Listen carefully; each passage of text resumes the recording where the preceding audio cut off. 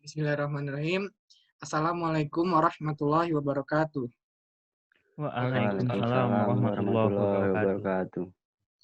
Baiklah, kami di sini dari mahasiswa Ilmu Komunikasi Universitas Islam Indonesia dalam rangka memenuhi salah satu tugas mata kuliah kami, yaitu mata kuliah pengembangan diri. Kami akan mempresentasikan tugas tersebut dengan bertemakan Alumni Talk. Selanjutnya, saya akan memperkenalkan nama anggota kelompok kami. Yang pertama ada Febi Trio Anggara Putra, yang kedua ada Pasha Syarisa Mawana, yang ketiga ada Muhammad Fatur Syarif, ada Ivan Said Adi Mukti, dan saya sendiri, Rahmat Arya Prayuda. Selanjutnya, mengenai pembagian tugas anggota kelompok atau pembagian kerja akan dijelaskan oleh Muhammad Fatur Syarif. Ya, baiklah. Selanjutnya saya akan menjelaskan tentang pembagian tugas masing-masing anggota kelompok. Tugas yang pertama yaitu menghubungi narasumber, diskusi jadwal pertemuan, dan hal-hal lain yang berkaitan dengan menghubungi narasumber itu dikerjakan oleh saya sendiri, Muhammad Fatur Syarif, dan Febi Trio Anggara. Yang tugas kedua, menulis naskah pertanyaan untuk narasumber dan mencatat poin-poin saat wawancara, itu dikerjakan oleh Rahmat Arya Prayuda dan Pasha Syarisa Maulana. Tugas ketiga yang menjadi host pada saat wawancara adalah Pasha Syarisa Maulana dan Rahmat Arya Prayuda. Tugas keempat untuk mengedit video itu dilakukan oleh Ivan Syahid dan Febi Trio Anggara. Dan tugas terakhir, slide presentasi dibuat oleh Fatur Syarif dan Ivan Syahid.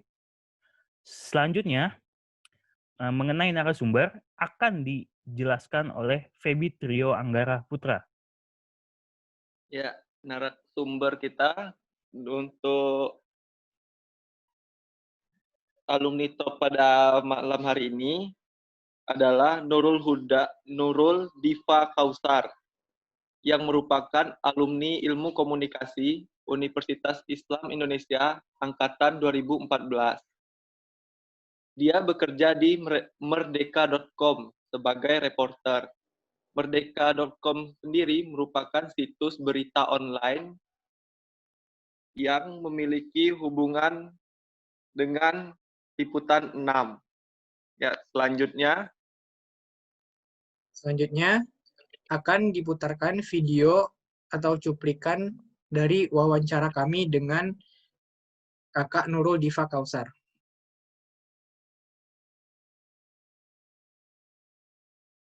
Teman-teman semua, halo. Nama Halo. saya Nurul Diva Kausar. Saya komunikasi UII angkatan 2014.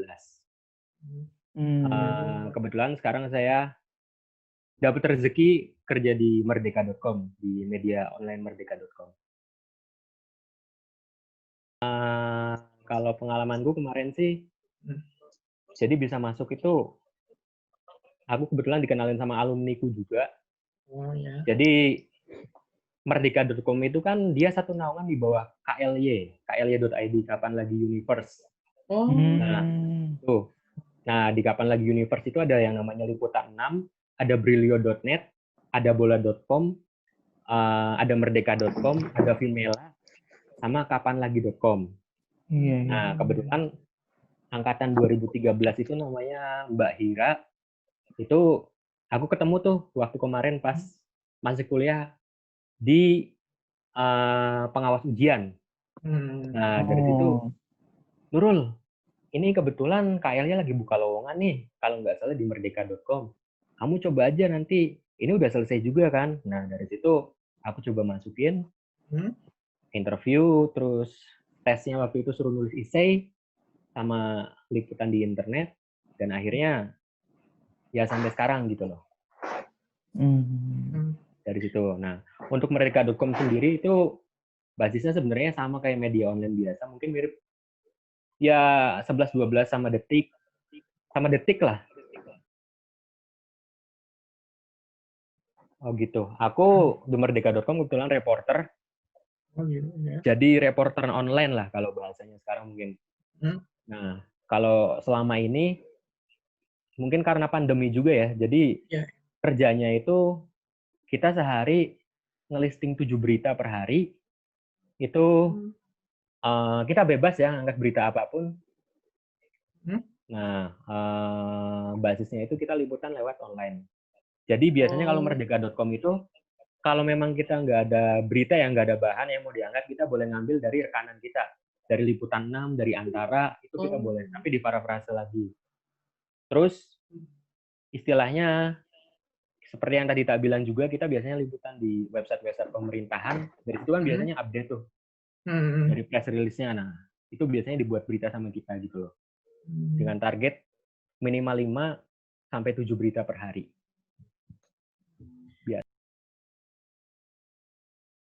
Basicnya ya, untuk masuk ke reporter itu ada 2. Jadi yang pertama mata kuliah riset, sama yang kedua itu mata kuliah penulisan. Itu jujur, mata kuliah penulisan itu yang paling penting sama riset. Kenapa? Yang pertama, untuk penulisan dulu ya.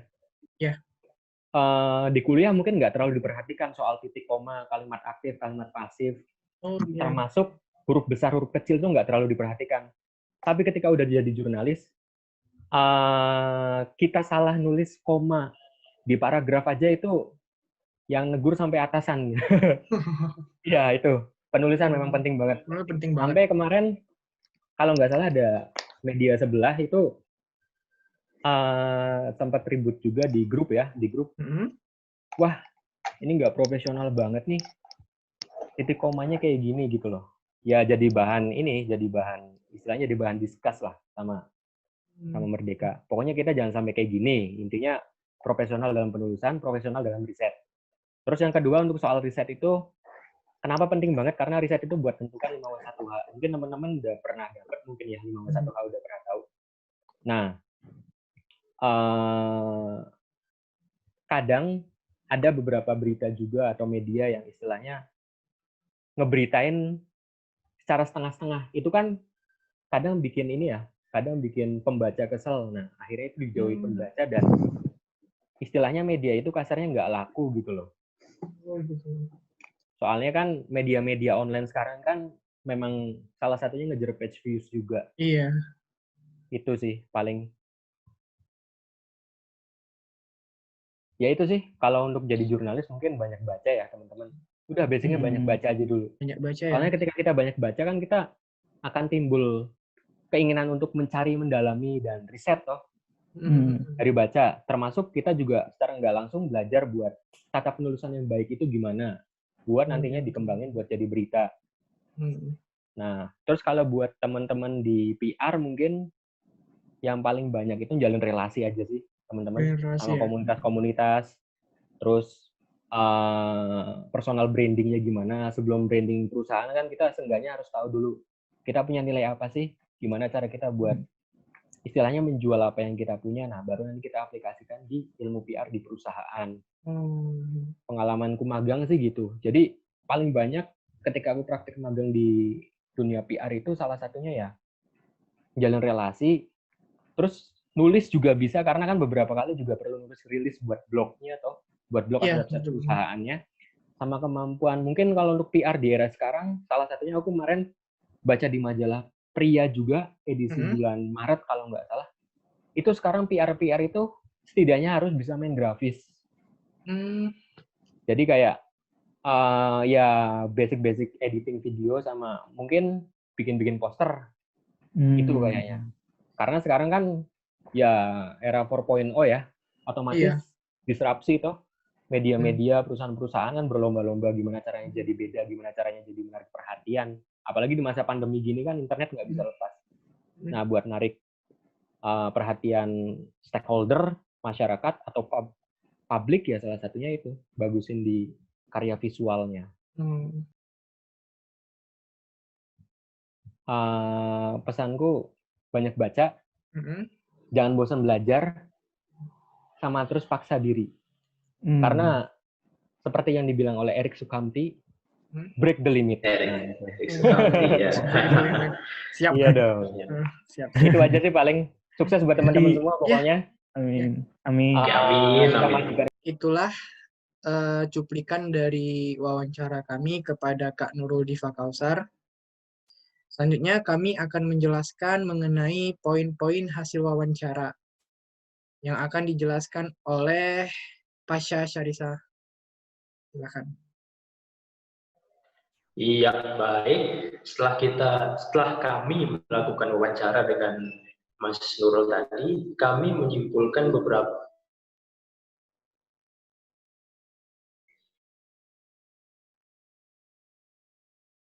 Jadi seorang reporter itu memiliki target menulis berita per hari.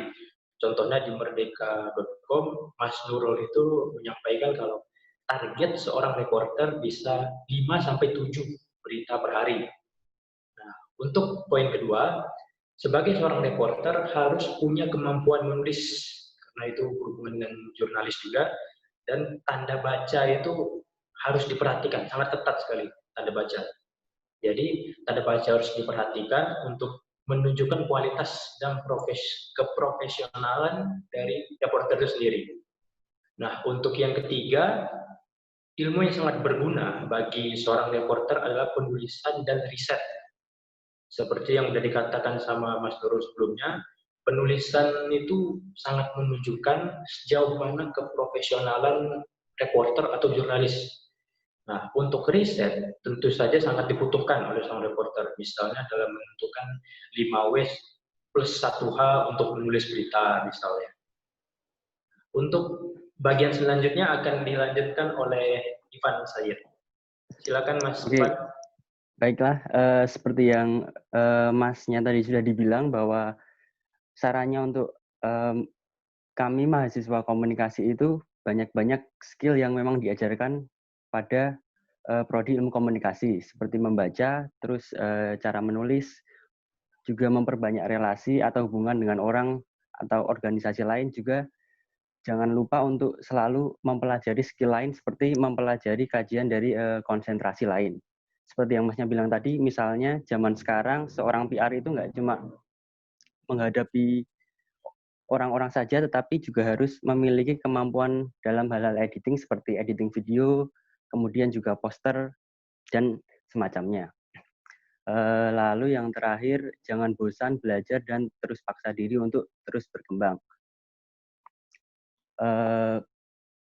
Tadi itu adalah beberapa poin-poin yang sudah dirangkum oleh kelompok kami. Selanjutnya mungkin moderator. Baiklah, itulah hasil dari presentasi kelompok kami. Lebih kurang kami mohon maaf. Semoga apa yang kami sampaikan di sini bermanfaat bagi kita semua. Saya akhiri. Wassalamualaikum warahmatullahi wabarakatuh. Waalaikumsalam warahmatullahi wabarakatuh.